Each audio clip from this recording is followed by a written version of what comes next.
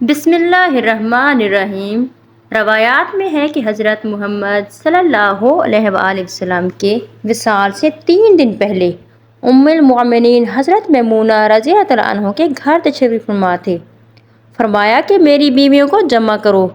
تمام ازواج مطہرات جمع ہو گئیں تو آپ صلی اللہ علیہ وآلہ وسلم نے پوچھا، کیا تم سب مجھے اجازت دیتی ہو کہ بیماری کے دن میں حضرت عائشہ رضی اللہ تعالیٰ عنہ کے پاس گزار لوں؟ سب نے کہا، اے اللہ کے رسول، آپ کو اجازت ہے۔ آپ صلی اللہ علیہ وسلم نے پھر اٹھنا چاہا مگر اٹھ نہ پائے۔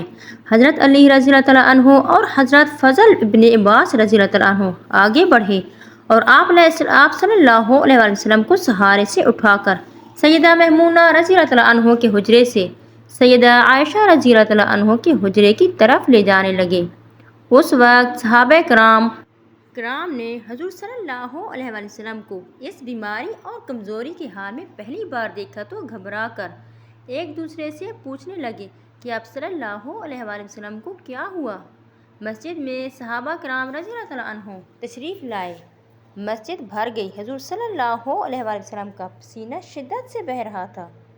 حضرت عائشہ رضی اللہ تعالیٰ عنہ فرماتی ہیں کہ میں نے اپنی زندگی میں کسی کا اتنا پسینہ بہتے نہیں دیکھا، اور فرماتی ہیں کہ رسول اللہ صلی اللہ علیہ وسلم کے ہاتھ مبارک کو پکڑتی میں اور اسی کو چہرے اقدس پر پھیرتی، کیونکہ آپ صلی اللہ علیہ وسلم کا ہاتھ میرے ہاتھ سے کہیں زیادہ محترم اور پاکیزہ تھا۔ مزید فرماتی ہیں کہ حبیب خدا صلی اللہ علیہ وسلم بس یہی ورد فرما رہے تھے کہ لا الہ الا اللہ۔ اسی اثنا میں مسجد کے اندر حضور صلی اللہ علیہ وسلم کے بارے میں خوف کی وجہ سے لوگوں کا شور بڑھنے لگا۔ آپ صلی اللہ علیہ وسلم نے پوچھا، یہ کیسی آوازیں ہیں؟ عرض کیا، اے اللہ کے رسول، یہ لوگ آپ کی حالت سے خوفزدہ ہیں۔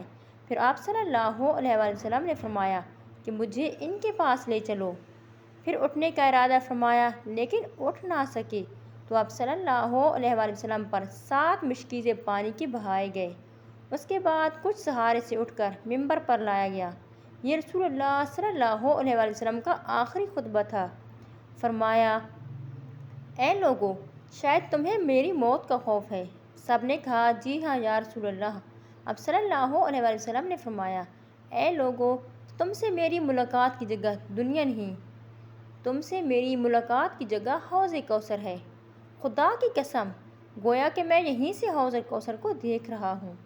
اے لوگو، مجھے تم پر تنگ دستی کا خوف نہیں، بلکہ مجھے تم پر دنیا کی فراوانی کا خوف ہے کہ تم اس کے معاملے میں ایک دوسرے سے مقابلے میں لگ جاؤ، جیسا کہ تم سے پچھلی امتوں والے لوگ لگ گئے، اور یہ دنیا تمہیں بھی ہلاک کر دے جیسا کہ انہیں ہلاک کر دیا۔ پھر مزید فرمایا کہ اے لوگو، نماز کے معاملے میں اللہ سے ڈرو، یعنی کہ عہد کرو کہ نماز کی پابندی کرو گے، اور یہی بات بار بار دہراتے رہے۔ مزید فرمایا، اے لوگو، عورتوں کے معاملے میں اللہ سے ڈرو، میں تمہیں عورتوں سے نیک سلوک کرنے کی وصیت کرتا ہوں۔